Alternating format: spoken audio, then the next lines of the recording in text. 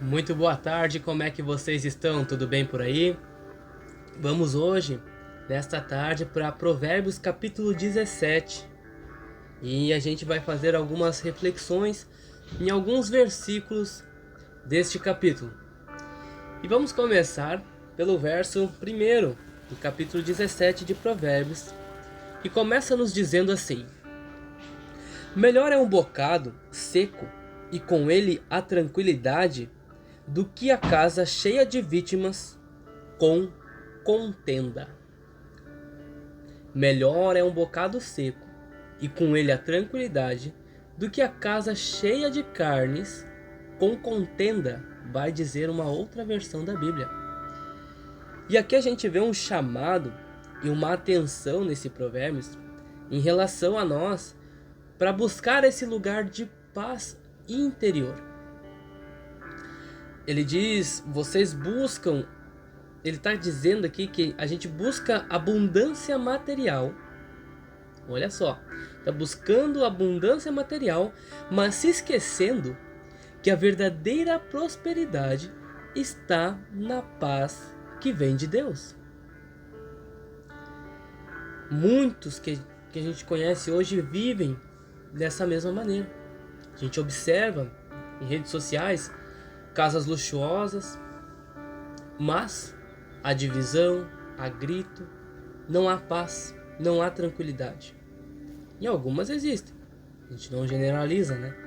Mas sabemos que em boa parte delas, muitos hoje vivem em casas luxuosas, mas são cheias de brigas, de gritos, de divisões e briga por herança, briga por liderança.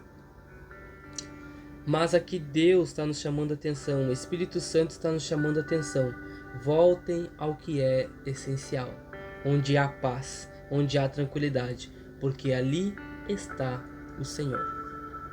Vamos para o verso 3, diz assim: o crisol, ele é para a prata, e o forno para o ouro, mas o Senhor prova os corações.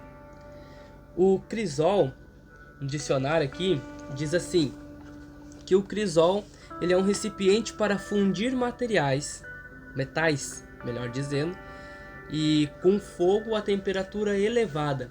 Esse crisol, esse recipiente, ele aguenta altas temperaturas e é para purificar esses metais, né? Tirar suas impurezas.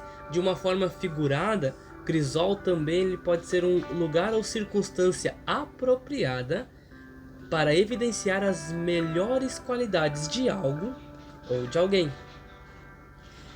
E aqui a gente entende então que o Senhor está falando para nós que é um tempo de prova permitida da parte de Deus sobre o povo de Deus, sobre a sua igreja, sobre seus filhos.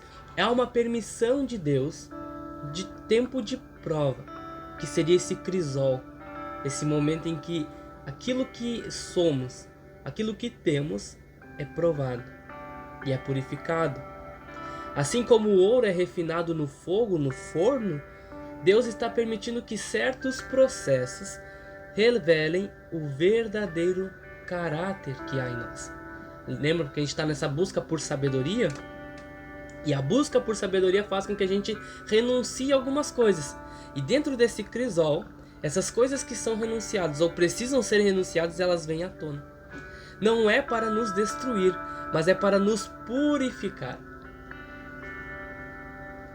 Mas o Senhor prova os corações, ou seja, não tema o fogo. Deus vem não para nos consumir, mas entenda, tenha discernimento de que Ele vem para extrair o que há de mais precioso em nós. Verso 9 vai falar sobre: o que encobre a transgressão busca a amizade, mas o que renova a questão separa os maiores amigos. Tem uma outra versão que fala assim: aquele que encobre a transgressão busca a amizade, mas o que resolve o assunto separa os maiores amigos. Isso aqui mostra que é necessário reconciliação da nossa parte. O Espírito do Senhor, ele diz para nós que alimentar fofoca, ressentimento, Isso não vem de Deus. Não faz parte de filhos de Deus. Parem de alimentar fofocas e ressentimentos.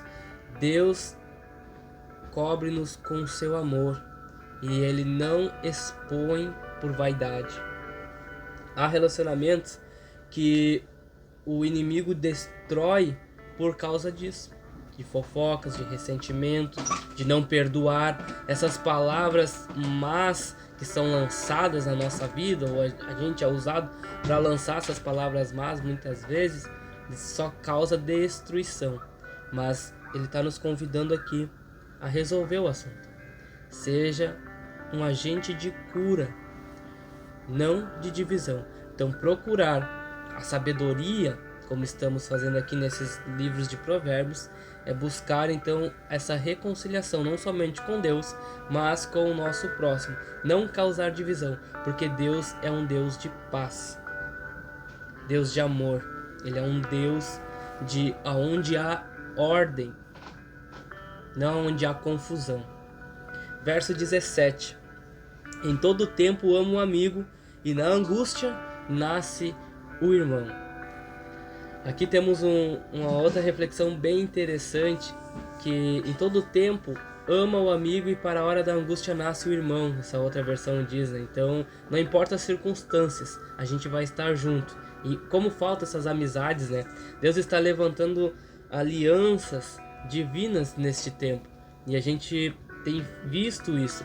Amizades que estão alinhadas com a vontade do céu, que se manifestam especialmente em tempos difíceis.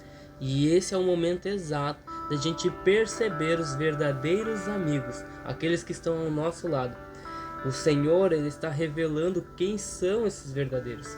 Não apenas porque andam conosco no tempo bom, no tempo de festa, no tempo da bonança, quando tudo tá tudo bem, tem saúde, tem o que comer, sabe? Pode passear, pode viajar, pode, né, ir para lá e para cá, mas também os que têm sustentado no tempo da dor. E aí a gente vê os verdadeiros amigos, que são esses que no momento de dor, no momento de escassez, quando a gente não tem nada para oferecer, a gente percebe quem são esses verdadeiros amigos.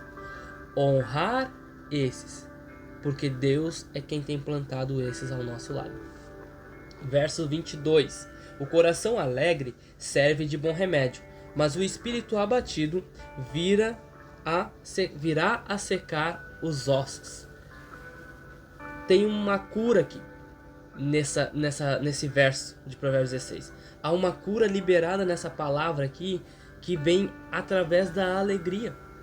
Deus, ele derrama um óleo de alegria sobre nós. O Espírito Santo, ele é alegre, ele é feliz. Sobre os que estão abatidos, Deus, ele renova a alegria através da esperança que há em seu Filho Jesus Cristo. Há muitos que estão doentes, e não por enfermidade física, mas pela falta de esperança. E Ele é a nossa esperança. O seu reino é a nossa esperança. A justiça de Deus é a nossa esperança. Então devemos se alegrar nele.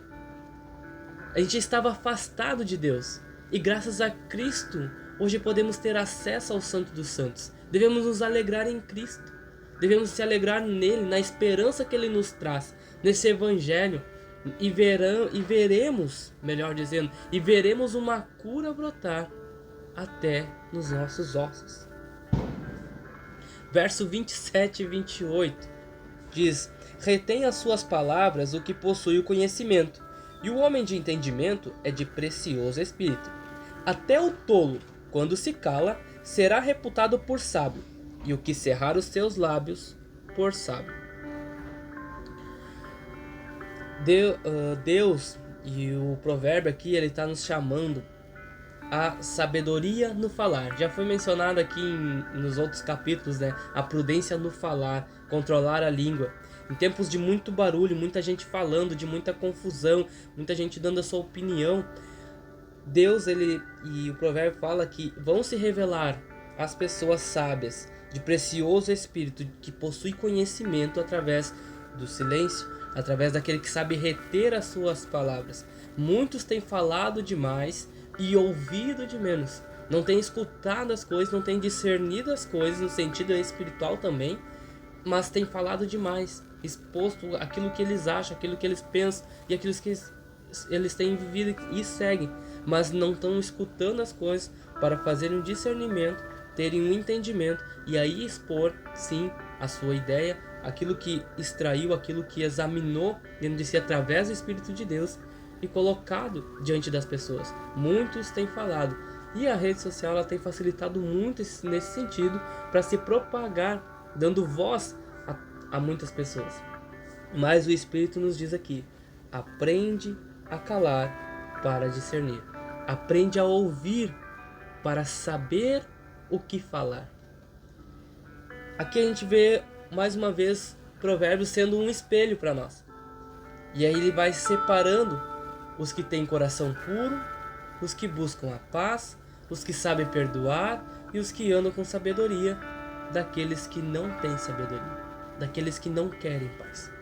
Olhando para esse espelho, a gente vê que é necessário um refinamento da nossa parte, do nosso caráter.